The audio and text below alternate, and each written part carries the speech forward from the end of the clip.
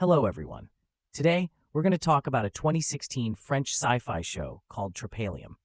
Due to severe environmental pollution, the government took drastic measures. They relocated 20% of the population to a habitable area and built a wall to keep the remaining 80% outside. The story begins 30 years after this new order was established.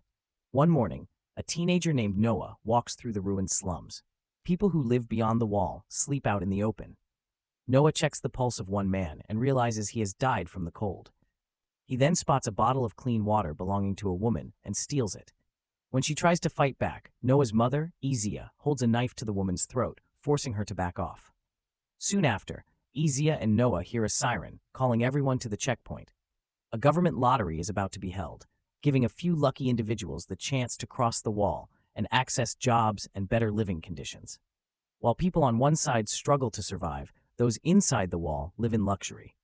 Meanwhile, a man named Ruben hurries his mute daughter Mel to gather her old clothes before the collector arrives, as failure to do so will result in a fine. Ruben also sets a brain training device in her room, which replaces traditional schooling in this dystopian world. Ruben and his wife, Thais, head to their jobs at Aquaville, a company responsible for water purification. Prime Minister Nadia Passero is scheduled to make an important announcement, and all employees are required to watch.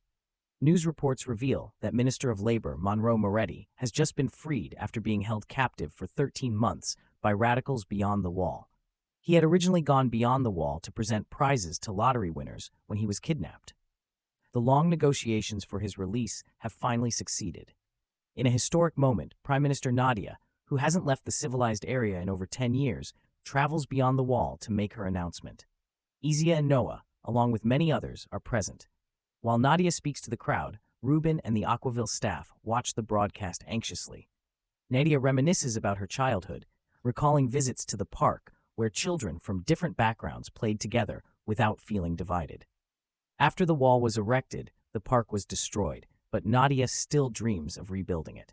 She goes on to explain that during the negotiations for Monroe's release, she was able to broker a truce with the rebels, allowing her to secure funding to create new jobs, something that hasn't happened in 20 years. 10,000 unemployed people will now have the chance to work on the other side of the wall through a program called Solidarity Participation, which she believes will help society move in the right direction. The rebels release Minister Monroe, and Nadia prompts him to assure the crowd that he was treated well. She then announces that, starting tomorrow, every family inside the wall will host one worker from beyond.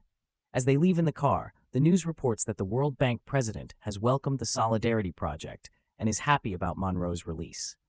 Nadia explains that the World Bank had refused to support the national budget after Monroe's kidnapping, forcing her to find a solution.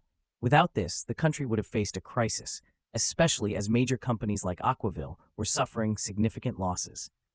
While the unemployed wait anxiously to see who will be selected to cross the wall, children attend class. A teacher explains the origin of the French word travail, meaning work. It comes from the Latin word trepalium, an ancient torture device used to punish rebellious slaves by tying them to crossed sticks and tearing their limbs apart.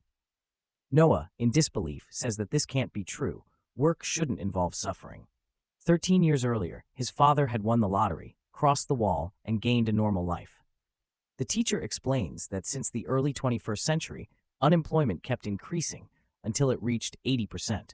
Those who were unemployed were deemed useless, and with no solution in sight, the government built a wall to separate them from the rest of society. The real question, she says, is why work has become the justification for one's existence and humanity. Ruben steps into the hallway and discovers his boss has died. He immediately calls his father, Silas, telling him he wants to apply for the position. Silas, meanwhile, is speaking with a doctor. He suffers from a disease causing blackouts, meaning he will soon be unable to work and could end up on the other side of the wall. Knowing Ruben is just a regular employee and unable to support him, Silas realizes after the call that there may still be hope. Izia, having secured a job interview, stands next to another girl in the hiring office. The staff inform them there is only one position available. Izia accuses the other girl of taking drugs, and despite her protests, the girl is removed, and Izia gets the job. Those hired are given a number on their arm. Meanwhile, Thais is working when her tablet notifies her that she's been 46 minutes late over the past week, marking her as an ineffective employee. She meets her lover, Hans, in the bathroom and tells him she can't get access to Silas's office, where he holds a senior position at Aquaville. Hans plans to leak the company's secret data to a competitor and escape the city together.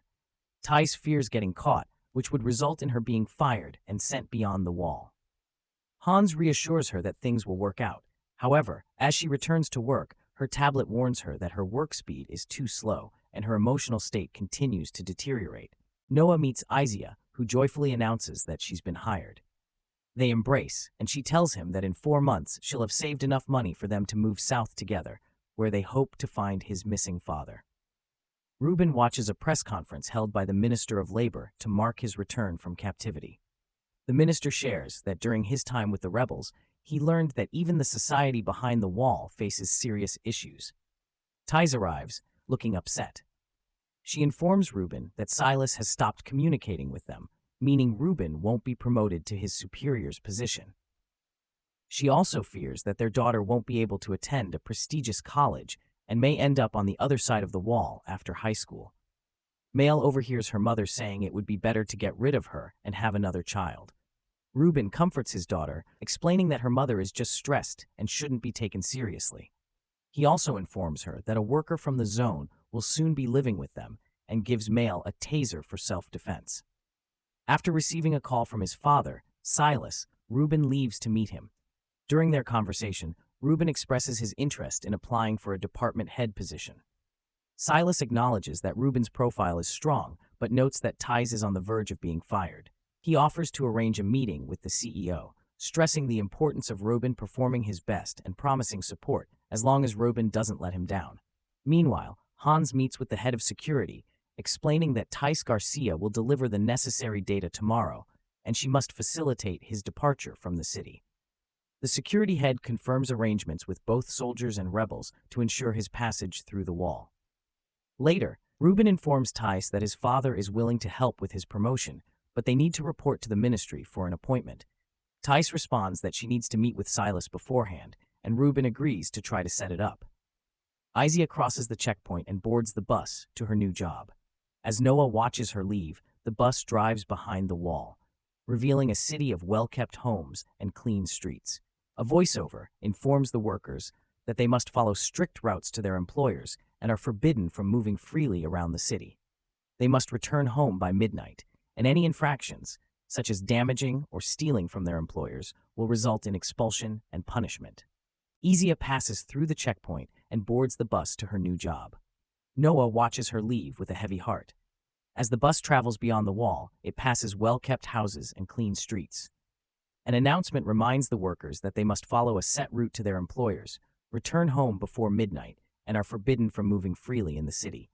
Violating these rules could lead to expulsion and punishment. Upon arriving at the Garcia household, Izia introduces herself, but Thais rudely slams the door in her face and informs Ruben that a worker from the zone is waiting. Ruben lets Izia in, unsure of what to do with her, since the house is already being cleaned by others. He sends her to Mael's room to gather some toys that need to be returned. When Mael refuses to part with her doll, Ruben forcibly takes it and throws it towards the toy box. Izia, observing the scene, thoughtfully picks up the doll and asks Mael to help her open the drawers, even though the girl had earlier pointed the taser at her. Eventually, Mael agrees to help, and while tidying up, hides the doll under her blanket. At work, Ruben comments that the sanitation worker resembles Thais, but she dismisses the comparison. Thais goes to see Silas, but is stopped by security and told she must undergo a special examination, a new rule introduced by Hans, the head of finance. Thais leaves. Later, a toy collector arrives at the Garcia home and upon seeing Izia, angrily claims that he deserves the job more than anyone else. He spits in her face before leaving. Ruben receives a notification that Thais has left her post. He tries calling her but gets no response. When he returns home, Thais is nowhere to be found, and only 2 hours remain before the ministerial reception. Desperate, Ruben makes a bold decision and asks Izia, who is on her way back to the zone, to replace his wife. That wraps up the story. Thank you all for watching. Let me know in the comments what show or movie you'd like to see next, and I'll see you all next time.